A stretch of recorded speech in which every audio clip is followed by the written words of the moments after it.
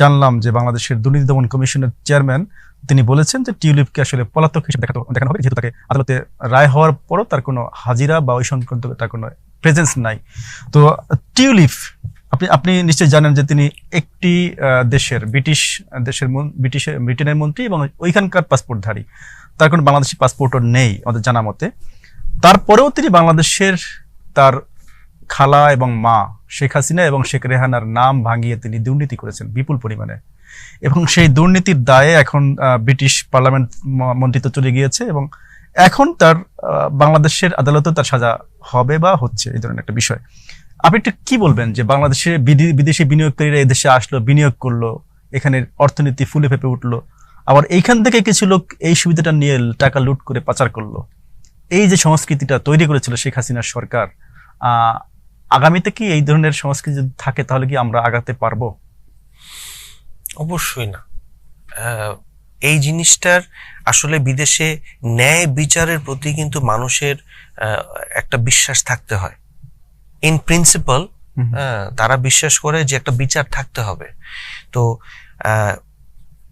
Tulip Siddiqui, প্রথম জিনিসটা আমি দুদকের সাথে একটু দ্বিমত পোষণ করবো এই বিষয়টা নিয়ে, কারণ টিউলিপ সিদ্দিকী কিন্তু বাংলাদেশের নাগরিক নন।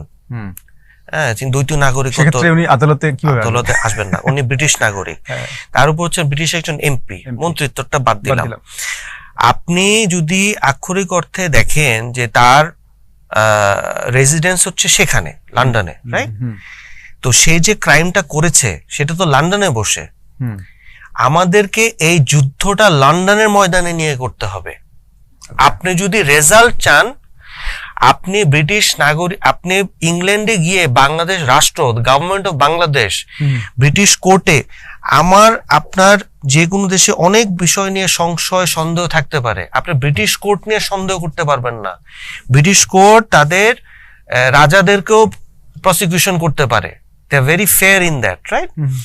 আমরা সেটার উপর বিশ্বাস রাখি। আমরা যদি সেখানে আমরা কেন আগাচ্ছি না? আমরা সেই এখানেই জিনিসটা করছি যেখানে তাকে আপনি এক্সট্রাডিশন করবেন না, তাকে তো এক্সট্রাডিশন করতে পারবেন না, ব্রিটিশ সরকারও তাকে দেবে না। প্লাস কি, সে হচ্ছে লেবার পার্টির এমপি যারা আজকে সরকারে আছে, তারা দেবে কোনোদিন?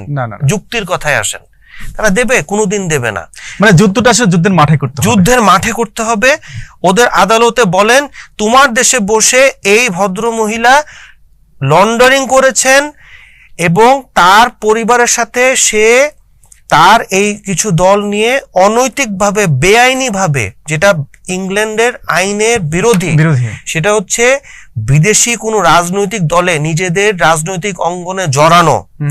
এটা ইংল্যান্ডে অত্যন্ত কঠোর একটা আইন, যেটা আপনি প্রমাণ করতে পারবেন, এবং অনেক সাংবাদিক এটা কিন্তু আগে প্রকাশ করেছে। আপনি সেই কাগজটা নিয়ে ব্রিটিশ সরকারের কোর্টে গিয়ে বলেন যে এই যে সে টাকাটা বাংলাদেশ থেকে সরালো, সে তো প্রপার চ্যানেলে আসে নাই।